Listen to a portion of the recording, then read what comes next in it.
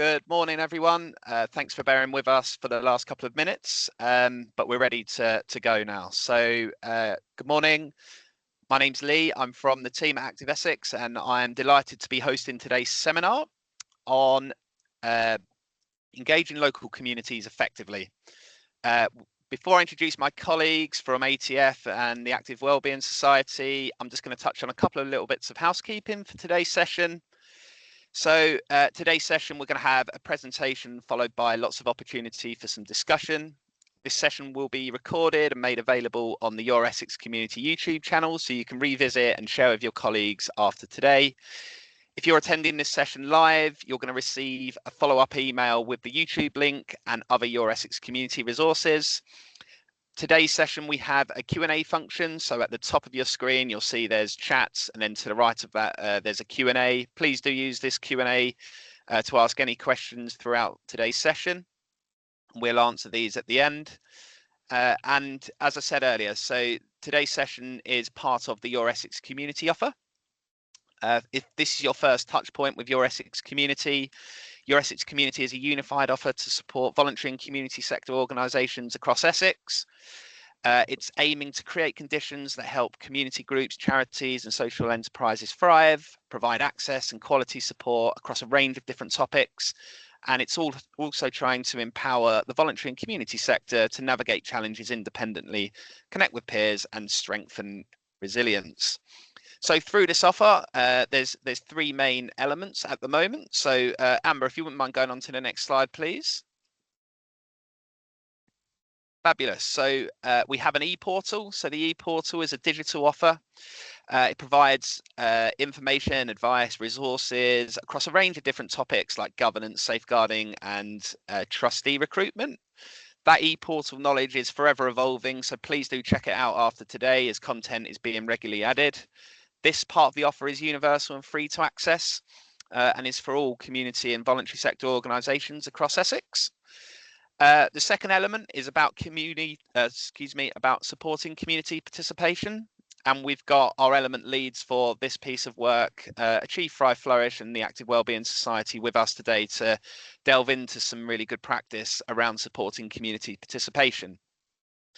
This element of work, and I'm sure the guys will go into this in slightly more detail throughout this seminar. This is about really supporting organisations strategically create a culture that really values and empowers active and engaged communities. So there's a community of practice offer available as part of this work.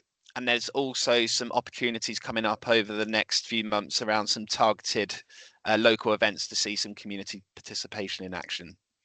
Finally, Amber, next slide, please. There is a place-based support element of the work for Your Essex community. So this is the element that Active Essex lead on. And this is about working with local organisations to really understand the needs of the sector and then how we can work together around best supporting organisations in their local communities. As part of that offer is a county-wide learning series, of which today's session is about.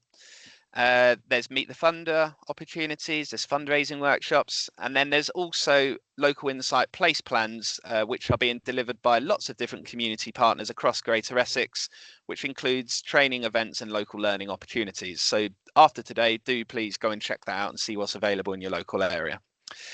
So back to today.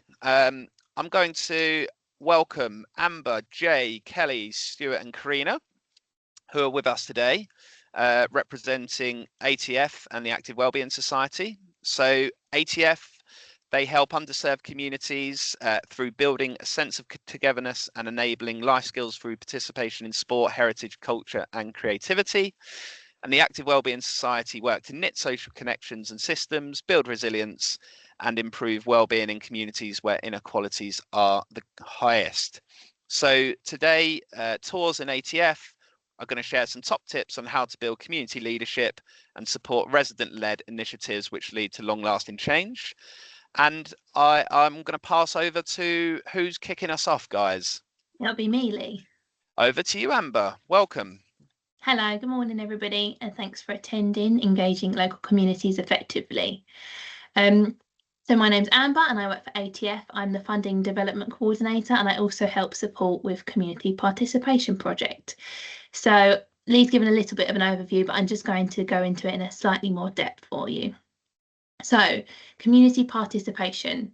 What is the vision? So we're trying to create a culture that values active and engaged communities, collaborating with partners and individuals to build a positive environment and achieve shared goals. We aim to empower community groups by encouraging and inspiring participation, demonstrating the strength and resilience that comes from the collective effort. And how are we doing this? So there's three main ways: through learning together, the use of practical tools, and showcase events. So Lee mentioned our community of practice. So this is a great resource that you can sign up to and join for free.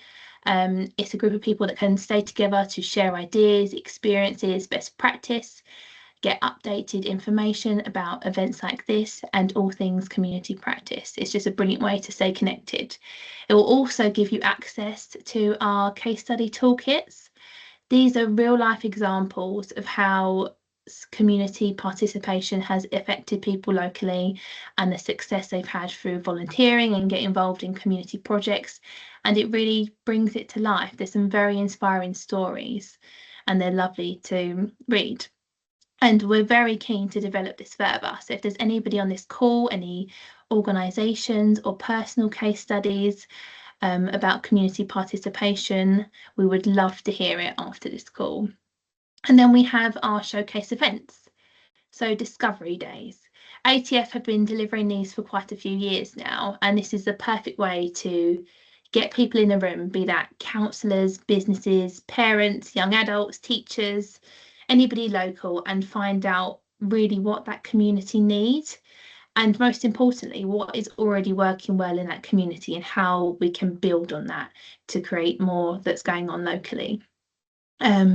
It's always framed in a very positive light and turned around on the community that joined that day. So if it materialises that we want a local netball group to start, it's who in that room knows an instructor that would like to support, or can anybody help with advertising, or do we have connections to secure a place to deliver the project for free or at a low cost rate. So it's all about empowering everybody in that room to make the change. It's really great. I've been along to quite a few of them so far. We had one recently in Langdon. We had over 40 people there, and they're just some really brilliant, empowering conversations. And then we have our sharing days. So these are more geared towards like charities and organisations to hear firsthand about engaging communities. So we hosted one this year at a school in Basildon, and we had 5 or 6 community members come to share their journey. So you can hear from their point of view and you get the opportunity to ask further questions and find out what their route was into engaging communities and how they've inspired people around them and how it's affected them now, if they've moved into from volunteering to part-time work or full-time work, have they gained some more skills or done some courses. And with the whole aspiration of these sharing days is to upskill organisations to run their own sharing days. The more as a collective that we can all share about what's going on locally and how we've progressed and how we've engaged communities, the better off we all are. So in general, it's all about sharing, and like the webinars today, this is a great way to have the online platform and reach a wider scale. So we hope that this rounded approach gives everybody the tools, support and information that they need to increase community participation and engage communities effectively where you are. So what we're going to do today is I will hand over to Stuart from ATF and Karina from the Active Wellbeing Society, and they're going to be able to bring to life a little bit more how this has worked as for us as organisations and the change that has come. So if I pass over to Stu first. Thank you, Amber. Go the next slide, please. So, yeah, I'm Stuart. I'm the founder and chief exec of ATF, and we just wanted to give you a bit of background context into how ATF came into existence. Around 2012, my background is in social housing. I used to be a community development manager for South Essex Homes, who operate within Southend, and we had some issues with antisocial behaviour on a local estate in Shoebury-Ness, and we were trying to reach out to the young people there.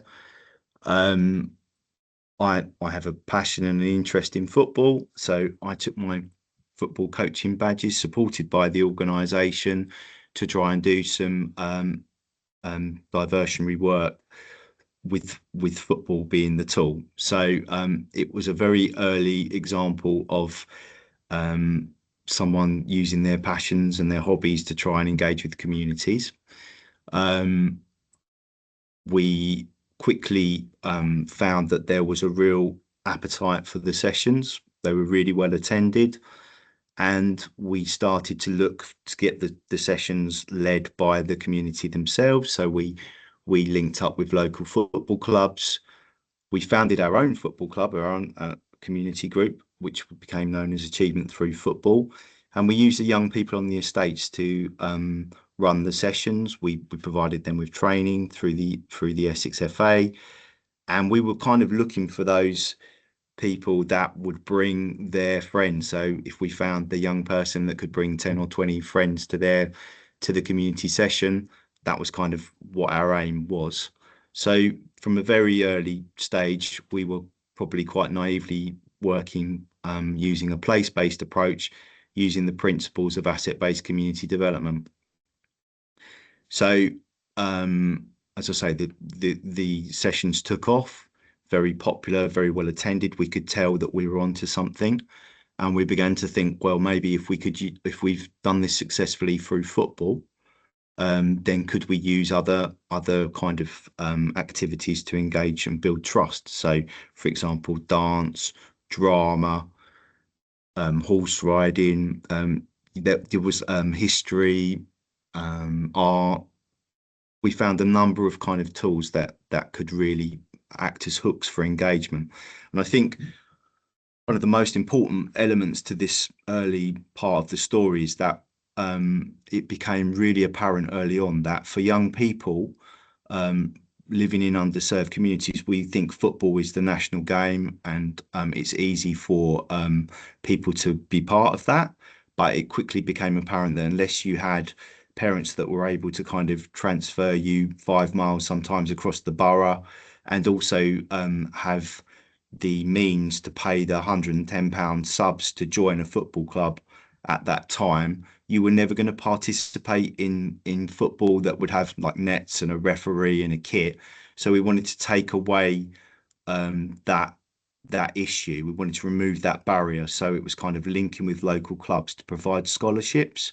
And then we were able to kind of mirror those principles across other activities. As I said, think of the dance program, the dance school, the show, the tickets for parents to be able to come along and be part of that. So we kind of look to try and find funding by being a constituted group, community-led and driven, which was kind of the principles and the foundations of ATF. And I'll speak a little bit more about the journey as we go forward. Thank you.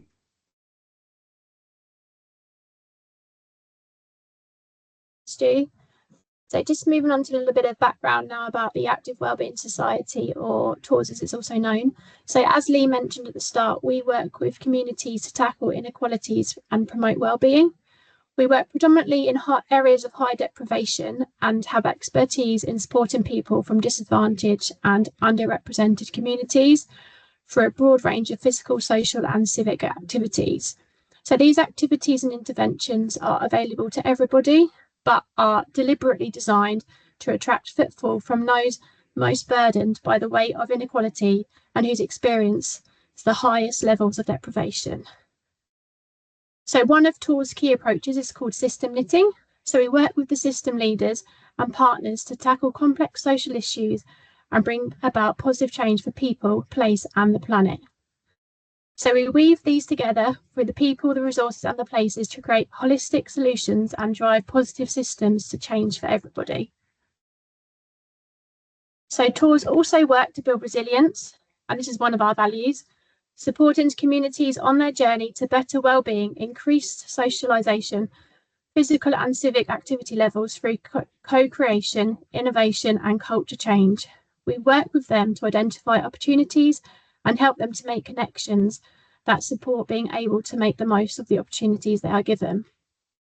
So TAWS began in Birmingham and branched out to Essex around 6 years ago as a result of need and areas of deprivation. And you may well recognise us for our free orange bike scheme across Essex. So this was the first community project piloted as Essex Pedal Power, which was in Clacton and Jaywick, supporting highest area of deprivation in the UK with the free bike scheme, taken from the Big Birmingham Bikes model. The idea behind this was to get people back into work, to school, giving them a bike as a means to travel outside of their key area and also bring families together. Since then, the project has grown to other areas of Essex, and further projects have been granted to support people from disadvantaged and underrepresented communities. Other projects include the community supermarket, offering affordable food to areas of deprivation, recycle bikes, and the bistro at Jaywick, which offers an affordability scheme and a pay it forward scheme. TAWS also provides a programme around support to the Food Justice Network and its partners, maintaining relationships with the Food Justice Network partners and local commission services. We seek perspective from all the partners here, and together we discuss the common themes and barriers they are facing and reflect back to the system. Currently, we are working on a food support project here in Essex with partners to advocate for a better food system that leaves nobody behind and also uses surplus.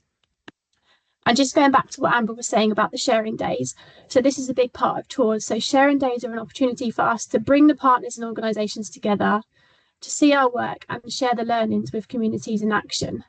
They give visitors the opportunity to experience a full range of what we do in practice and gain a deeper understanding of our place-based approaches as well.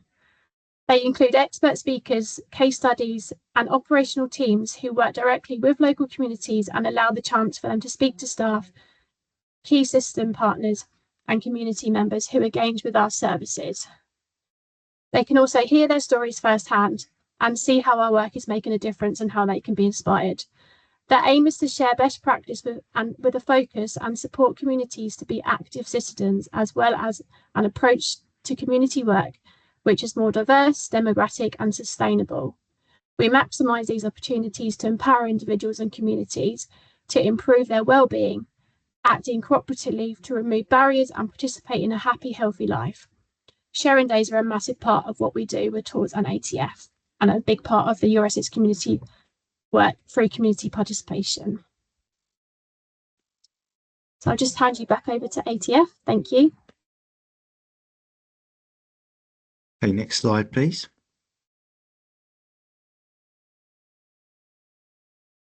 Okay, so I think what we've heard so far, and certainly the principles of ATF becoming a charity, is about focusing on what's strong and not what's wrong. So quite often we'll look at an area, an underserved area, and we'll focus on all the issues rather than focusing on all the opportunities. And I think that's something that ATF we've really embraced as an organisation, that we look for the key partners within an area when we start to work within an underserved community, and where the opportunities are to support and work together in partnership. Next slide, please, Amber.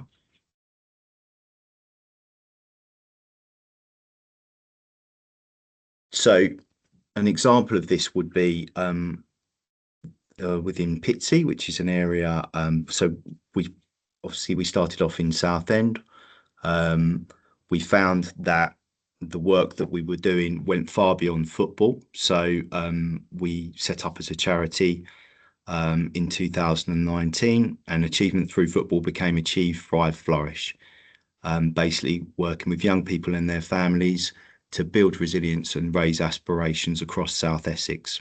So having been successful in Southend, we were asked to work as part of the local delivery pilot in Pitsea, again focusing, supporting young people, but this time when we talk about and focus what was strong or what is strong, the opportunity came to work within a primary school. And so this was where we did our first discovery day, and kind of, you know, obviously we knew that we were onto something good with the work that we were doing, the asset-based approach, but it was kind of like, well, how can we replicate this? How can we demonstrate to other organizations and share the good practice and the work that we've been doing? So we came up and developed the practice of change. So basically, when we land in an area, we look to try and find neighbourhood connectors. We do this by, as Amber had alluded to, a discovery day, which is about finding an area, a partner. So in the example of Pitsea, it was the local primary school, Briscoe's Primary. So they invited their PTA, their young leaders, volunteers, teachers, learning assistants, community members, and it was kind of getting to know the local people to identify and involve. And what we're looking for basically is we're looking for those neighbourhood assets that can drive and support the programme, and the Discovery Day is a way of identifying those. So we're looking to try and tap into ready-made communities. So the example of Pitsea would be the primary school. So once we've got that, and we've got that basis and foundation to work with, we're looking to provide, we've obviously secured some funding, so we're now looking to use that funding to provide regular, fun, free, meaningful activities. So they obviously build connections, they build trust. It's something that the community and volunteers have asked for. So we're identifying what works well in the community, what the aspirations are, and then those projects are driven by the community themselves. So obviously, as we're doing that and we're running that program, we're building trust. We're getting to know the young people. We're getting to know the families, and then obviously that trust that then enables us to kind of help with wider needs. So, for example, counselling, food parcels, understanding where people have issues that might be barriers to participation. They might not always trust the system. They might have had bad experiences. So by training our coaches and our staff and our volunteers to understand how to navigate the system, we can provide access that probably wasn't there before. And we began to understand that this way of working, actually, you can reflect that back to systems partners and say that by working in this way, you've got a better chance to solve the issues that are existing within an area. So it's kind of, as Karina alluded to with TAWS, we're systems knitting because we're building a program that has the opportunity to bring systems partners together. So that kind of community participation that we're building removes the barriers for engaging with the system. It kind of upskills community members and allows them to kind of navigate the system more effectively. And of course, by working in this way, people want to give back. They want to volunteer. They want to be part of something. It's kind of building a movement. It's building a sense of belonging. It's building a sense of community. We kind of don't just package up our programs in terms of age bands. So we do a number of community sessions. So that involves intergenerational opportunities for engagement. It allows a young leaders program to thrive. And also by providing the opportunities that we have, we're engaging with systems partners. It's allowed us to access and draw down more funding, which leads to vocational opportunities for community members. So it's really a full circle of kind of building trust, trying to solve systems issues, and then not only for the individual, but the community as well.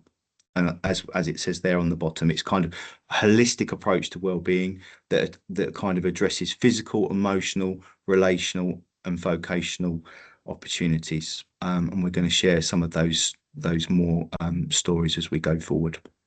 Thank you. So Northlands is a very special area to us. I think we talk about it at ATF a lot because this is one of the first places where we really experience a huge change within the community through the way that we've been engaging with them. So I'm going to invite Kelly to come and speak a little bit about the area of Northlands. So Kel, would you mind just introducing yourself and giving a bit of a background about how you became involved with ATF and your link to Northlands? Hi, so I joined ATF about 3 years ago, and how we met is that I worked at Briscoe School where they held the Discovery Day. I worked there for 22 years. I was a DSL, a learning mentor, the dreaded attendance manager, And I dealt a lot with the families, and you know, they used to come to the school every day, and I would be inundated with people that needed support that actually I didn't have the time or the resources to support. So I come along to the Discovery Day to listen to what was going on. I mean, we'd had plenty of organisations in the area come in and tell us what they can give us, what we needed. And it was just the same repetitive thing over and over again. So when ATF turned up for the Discovery Day, I was a little bit dubious, you know, another organisation that are going to come in, disappear, and we're still going to be left.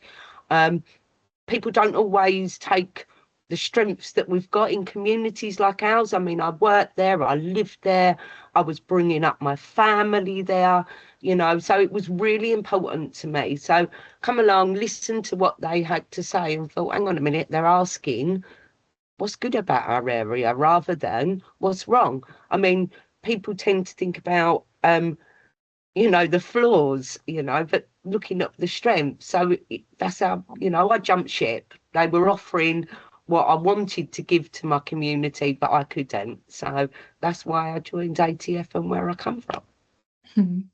And Kel, do you think you could share maybe an example of a moment when you felt the community truly came together and what made that possible? I think there's so many, and you know, if we had hours upon hours, I could share that. But I think let's go back to Northlands Park.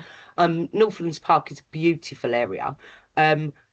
I had teenagers. I had to stop my teenagers going there because it had a reputation for drugs, gangs, murder. So you know, we'd stop that, and I think we were given the opportunity to take back the park, and watching the community, and it always chokes me up because I'm so passionate about the area, watching the community pull together because somebody had seen their strengths and not their flaws was just amazing. And that's gone on to every community session I've ever been at. You know, it's the Northlands Park effect, where people are recognising strength instead of the things that are wrong, and watching the community come together and help each other because they were given the opportunity to do so rather than being shut away. I think Northlands Park will always be that one that you take with you wherever you go, but it's constant. It's everywhere I go, every community session. The Northlands Park effect works. The strength, not the weakness, giving the opportunity, the building the resilience and watching people run with it. Amazing, thanks, Kel. And volunteers play such an important role in the community projects. So how do you keep them motivated and feeling valued over time? I think it's bringing them in to develop what's going on, not just giving them a role to do, finding out about them, finding out what their skills are, using their skills and giving them responsibility. Obviously, you know, you reward that work, but giving them an opportunity to shine. I think that's what it is, making them part of the team, not telling them what to do. But it's about making them part of the team and showing that their skills, they want to pay it forward, they want to keep coming back. So it's about recognising them as people. Louise Kench, I can just see that you've put a slide up, she's a prime example. She was shut away, a single mum, 3 children, 2 that have got needs. She started to come along to the sessions at Northlands Park and then other sessions, and then we realised that she was good at talking to people. She was excellent at arts and crafts.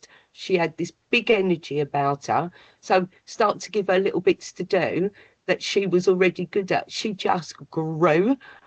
She now works in doctors' surgeries as a social prescriber. She runs community hubs, but it's because she was given the opportunity to shine, and we recognise the strength that sometimes she didn't recognise herself. And now I mean, honestly, she's going to take over the world. Louise is definitely a superstar. She's very, very special. All right, thanks for sharing, Cal. I think Joe's going to speak to you a little bit about Tilbury now as well. Okay. I think Stu's going to talk about a little bit something different there, but I think he's going to skip that part. Okay, Yeah. guys. Yeah, I'm just conscious of time, so we've got Ted here today. So we thought maybe it might be best to bring Ted in. Obviously, just to say we've replicated in other areas, so we're now working across South Essex using these methods. So we're happy to kind of pick up outside of the webinar our other examples and how we've worked in slightly different ways in different communities. But I'd like to bring Ted in now if that's possible. Ted, so when we were talking earlier on, we were just saying about finding assets and strength in different areas. And as we mentioned before, Karina alluded to systems knitting. So I think we became really aware of the importance of, we're running in a community within our area, we're running in a school, we're running in, we kind of spend a day in the school. We run a community program. We've also got a day in the doctor's surgery, but we also wanted to reach out to young people who maybe were at risk or were involved in the criminal justice system, because we thought it was important to try and systems knit and engage communities together. So as part of the work that we did for our Positive Futures program, we worked alongside youth offending to support young people as direct referrals. And Ted was part of that program. Ted, perhaps if you want to just give us a brief overview of your story and how you came to be involved in ATF. Yeah, so basically, I grew up in the care system. It didn't take me long to end up getting involved with county lands and things like that. I went to jail at a young age for 2 years when I was 13. I come out, I got fostered. I didn't really learn my lesson. I carried on with my county lands journey, which led to a lot of bad things happening. And it ended up with me running away, and I come to Essex because I had some conspiracy case where I could have served up to 14 years in an adult jail. So I ended up leaving the area that I was, and I was homeless in Essex basically. And luckily through this time, my conspiracy case got dropped, but I ended up getting put on youth offending for stealing the car that I was living in when I was in Essex. I got put on youth offending, and shortly after, obviously, I've always had a passion for football and sport and things like that. So my probation officer hearing this ended up putting me onto like talking with Vicky, which also works for ATF, and then through that, I ended up doing my community service, being in places like Markham's, doing like the community football sessions, and shortly after, meeting Stu and Rachel, I ended up taking part in the Positive Future course, where obviously I talk about my life experiences, hoping that the kids don't go down the same road. So just to kind of outline the Positive Futures program, it's a peer-led program where we go into schools, and again we understand that maybe young people won't automatically take part in our community sessions. So if we go into schools with schools that want to work alongside us, we can work with those young people who are at risk of exclusion. They're far more likely to listen to Ted than they are to us, and it's peer-led and it's just lived experience, and we cover a range of topics, which kind of county lines, knife crime, young person's experience of having one of their parents has committed suicide, discussions around mental health, domestic violence. So we're kind of bringing a number of topics to light to talk about those issues with young people. And I guess what we're trying to do is, number one, build trust to then take those young people back out into the community to help us to drive volunteers and young leaders. But also, it's that kind of opportunity to really allow people to open up and share. And I think, with Ted, fairly early on, this is another seminar, but what we're looking for are values within young people, within community members that can align to our program. And obviously through working with Ted as a volunteer, it became clear that he had a passion and he wanted to turn things around. and he had a passion for sport and physical activity.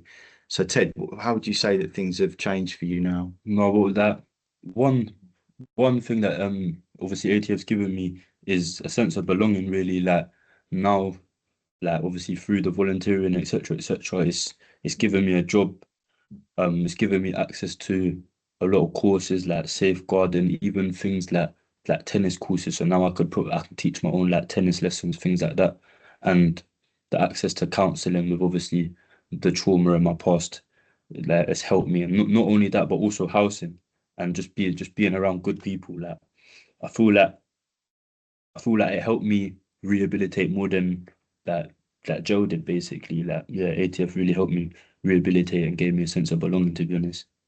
And how do you feel when you're working with the young people, when you're sharing your story?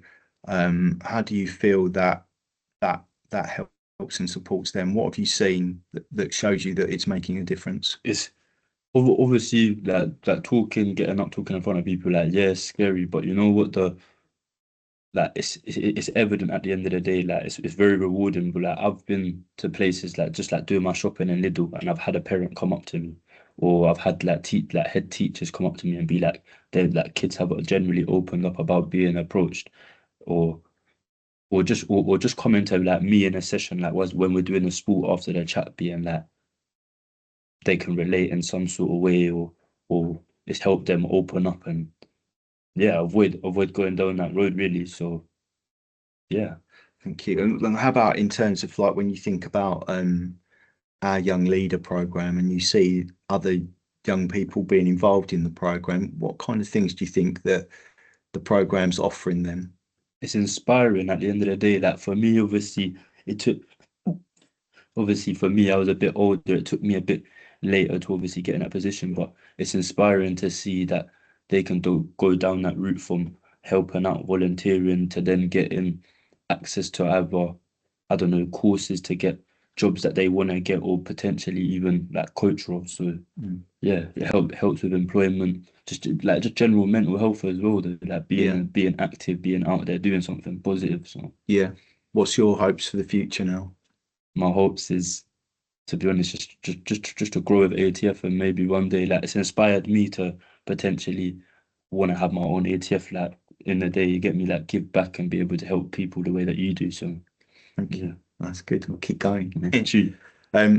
So I guess rounding things up, basically what message we're trying to share today is that, as we said about focusing on what's strong and not what's wrong, community assets are out there. They're people, they're physical assets in terms of buildings, they're partners, and I guess, you know, if the system and the conditions aren't quite right in the areas that you're working in, but you have a clear understanding of what it is you're trying to achieve, then you can attract the right types of people to run and support your programs. You know, those sticky people, as we like to call them, those people that are going to bring and gather people, and they won't find that as a challenge. They'll find that something that's natural to them because it's their kind of their nature, and it's just the way that they are.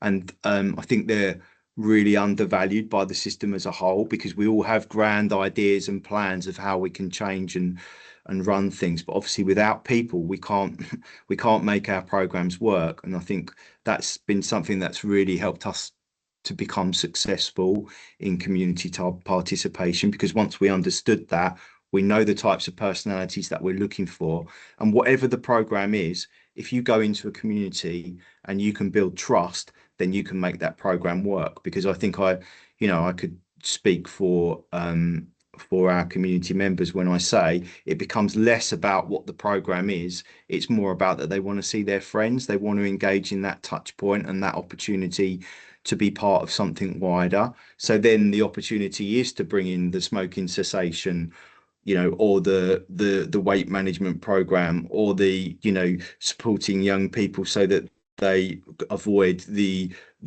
potential to be groomed, because what they're seeing is that touch point to come in and be part of something with their friends, which they're proud of being part of. So you do that work to build trust, you build that community program, and also, you know, that opportunity to systems knit so that you're working in the local school. You know, it doesn't have to be very much, but maybe, you know, 2 hours a week in the local school, 2 hours a week in the working with the youth offending team, 2 hours a week, you know, working in a surgery that kind of understands the need to engage with community members, and then having that community program, bringing that all together, suddenly you've built a whole community.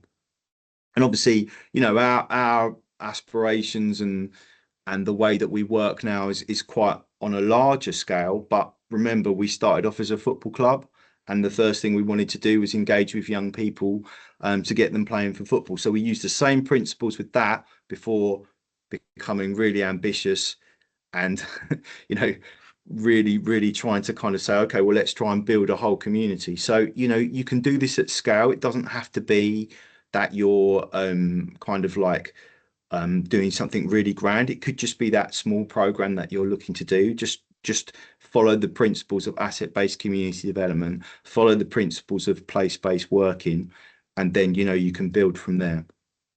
So I think at that point I'll pause. Lee, would you like to come back in? Stu, thank you very much. Amber, I just wanted to double check your end if there was kind of another couple of slides. No, I think we're all okay. It's just in case anybody had any questions that had come through. Super. Yes. So we do have that Q&A function. Please, while you're kind of digesting Stu's final remarks there, please do think of some questions that you'd like to ask our presenters. Just from me, Ted, thank you very much for your bravery and honesty about your story and sharing that with our audience today. Forever inspiring as always. So well done, Ted. Excellent job. No problem. Thank you for that. Thank you. And Kelly, Jay, Karina, Amber as well. Thank you very much for kind of sharing all of your expertise and insights too. Just in case, while people do come up with some questions potentially in the chat, so remember the Q&A function at the top. I'll ask a question if that's okay. So Stuart, early on in the presentation was about the practice of change. Yes. And you talked at the end there about how the principles are the same from when you was like a small organisation working in Warriors Square or Cluny Square, doing some football sessions, to kind of where you are now working across South East Essex. Was there like a moment for you where you kind of thought, right, this is our practice of change, or these are the key ingredients? Like, how did you start to notice or pull together them kind of ingredients? So the question there, and then I'll follow up with something as well, if that's okay. Yeah, no worries. So I think it was kind of like knowing that we're onto something good, having worked with a local authority background, seeing that numbers were really good.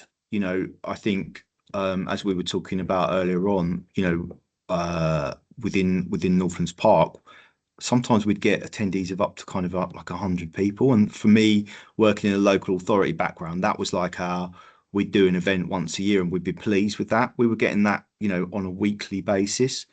So it was like, you know, we're obviously onto something good. We need to try and capture the magic of and the ingredients that are making this work. So I'm really lucky and blessed to have our colleague Rob Waters, who isn't with us today, but he had a background of community development and engagement, also working within Southend, and he was instrumental in kind of building that framework of the practice of change, which enabled us to kind of be able to articulate number one, to ourselves what it was that we were doing, because you kind of, you know, you had a burning passion within when I attended other events and speaking to other organisations that, look, we've got something here, but it's like, how do we share it and articulate it? So the practice of change and also our values that we've produced are something that we've been able to do that, so that now kind of when we're asked to work in new areas, we feel confident that we'll be able to replicate, because we've got a practice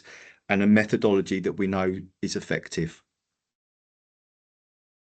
Thank you, Stuart. And obviously key to that practice of change is about engaging local people and creating the opportunities for them to almost organically grow what the provision and what the activities and what the support looks like in the place based on local needs.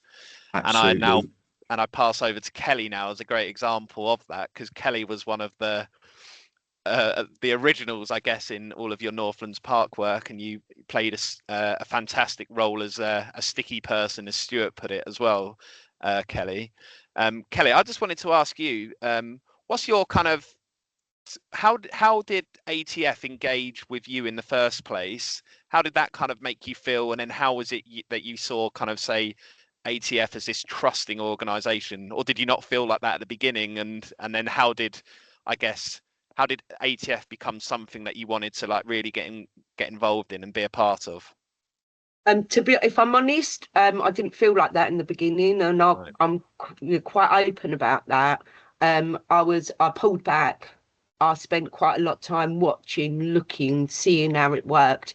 I mean, I come from a pretty colourful background. I come from a deprived area myself, and you're forever being pulled on the floors of what goes on in your area. And I just watch this group go, okay, look at that. This person can do this and this person can do that. And working with the strengths. And it was an absolute no-brainer for me. You know, I've been trying to engage communities and do all this work for all this time in the school with all these red tape and not having enough time to do it. And along come ATF, and it was a good 3 months, if I'm honest, Joe. I think it was about 3 months of not even talking to Stuart every time he wanted to talk to me, because I wasn't sure. I needed proof that we weren't going to get let down, that my my community wasn't going to get let down again. And I sat back and watched it happen, and then approached Stu and said, I'd like some of this, please. So that's where it come from. Kelly, thank you very much for sharing that. Stu, did you just want to come in on that as well? Well, I think so, yes. I mean, that's what we said. It was kind of building trust, and that's a good example. When I entered the room, Kelly left, and it was kind of about that we might parachute in. There's that perception that organizations from outside are parachuting in, and like, this is our community. We understand this community, and as an outside organization, how do you do that? And so that's the key point, isn't it? When we're going into new areas, we're not professing to understand and know how to solve the issues. We're trying to find the strengths and bring those strengths together to tackle the issues for the wider system. And we've just got a bit of an insight and experience in doing that now. So that's what we're bringing to the table. And these are the tools that we can help to support other organisations to do the same through our learning. Fabulous, thanks, Stu. And then just quickly on there, so a question we've had in actually relates to that wider system as well. So kind of as a system partner, so in this particular case, we've had a question about supporting people into work through the Connect to Work programme. How would you advise, say, a service like Connect to Work to really be able to improve how they engage with the community and increase kind of referrals into services like Connect to Work? And I think you touched on that with the weight management and the smoking cessation earlier, but it might just be worth kind of reiterating kind of your key advice. And it goes back to this trust piece again, I guess, as well, doesn't it? Yeah, absolutely. I'd say, understand the area that you're working in. Look for where there are community touch points, where there's ready-made communities, where there are people meeting. Go and build that trust. Be part of that group. As you build the trust, you'll see the community members that would benefit that support for that service. You're working in an underserved area, so you're going to be reaching those people that you need the most. And so by building trust, by being part of that community, then the program follows after that. I think if you just try and land a program cold, you won't reach the people you need to. But the good news is, in every community there are programs and organizations that have that reach. It might be a voluntary program, it might be a sporting network, it could be the local church, but they will, the homeless centre, they will have that reach. So on the one you know, the starting point would be to go and be part of that community, and then the opportunities is to knit that system, knit those community partners to kind of benefit your organisation to get the outcomes that you want. You know, at the end of the day, by effective systems knitting, you know, you're not only benefiting your organisation, you're being an asset for your local system, and then you're able to kind of reach the outcomes that you need to achieve. Super. Thank you, Stuart. Hopefully that answers your questions, Mark. We just have one other from Lewis. It's Owen Lewis, and it's a big up to Ted. So well done. Some positive comments for Ted in the chat for his contribution this morning. There is some questions about funding. So Owen said funding's a new concept to me. I'll share some of this in closing remarks about some opportunities around some skills around applying for grants, fundraising, etc. So I'll do that at the end. But just from your two organisations' perspectives, kind of, you've obviously voluntary sector organisations, how the funding landscape at the moment. So one, just any thoughts or reflections on kind of the fundraising landscape, funding opportunities, and then potentially some top tips into, you've shared some really good practice in how this kind of works. Have you got any top tips around kind of funding, securing grants, commissioned activities, etc., that you might be able to pass on to other people on the call? Want me to go first, or? Yeah, of course. Anyone, Yep. more than welcome. Yep. Okay, so I think know your place of work, understand your local systems issues, kind of reflect that back to the local system in terms that you understand and are trying to tackle those issues. Use your opportunity to consult and co-create with community members. I think it always is a real advantage to show that you have an awareness of what the community needs are, and also, you know, build that relationship with the funder where possible. I think it's a challenging time with LGR, you know, like there's a lot of internal focus maybe at the moment, but that doesn't mean that there isn't money within the system. There's always money within the system. You know, with a lack of opportunity or restricted budgets for local authorities, then, you know, there are opportunities within our sector to be able to kind of plug the gaps. So there's always opportunities. So I guess it's just kind of, don't just reach out blindly, try and build personal relationships with funders, and show that you have an awareness of your community, and, you know, be really true about your values, be really sure and clear on what your values are, what you can offer, and what you're setting out to achieve, and, you know, understand the wider context that you're working in. Superb advice. Thank you, Stuart. I'm going to finally pass back to Amber and/or Karina just to share a little bit of information about the community of practice and that link that's on the screen, if that's okay. Yep, no problem at all. So just finishing up really on the community of practice. So this is a place for learning, so increasing our knowledge and subjects of interest relating to community participation. So it's an online toolkit that supports this to build as a programme develops over the time. So your Essex community programme, and we'll take a slightly more thematic approach as we add content to make it simpler and easier for people to navigate what they are looking for. So the community of practice, it hosts webinars and discovery days and sharing days, as we've mentioned, and the toolkit holds previous webinars and organisation volunteering case studies to learn and from experiences from others. So far, we've had lots of people already sign up to the community of practice, and some with us as part of community participation, which we've shared as a toolkit. So if anybody on this call or anybody on this webinar later on wants to share a case study with us once they've signed up to the community of practice, we welcome you to do so and get in contact. Thanks, Lee. Thanks, Karina.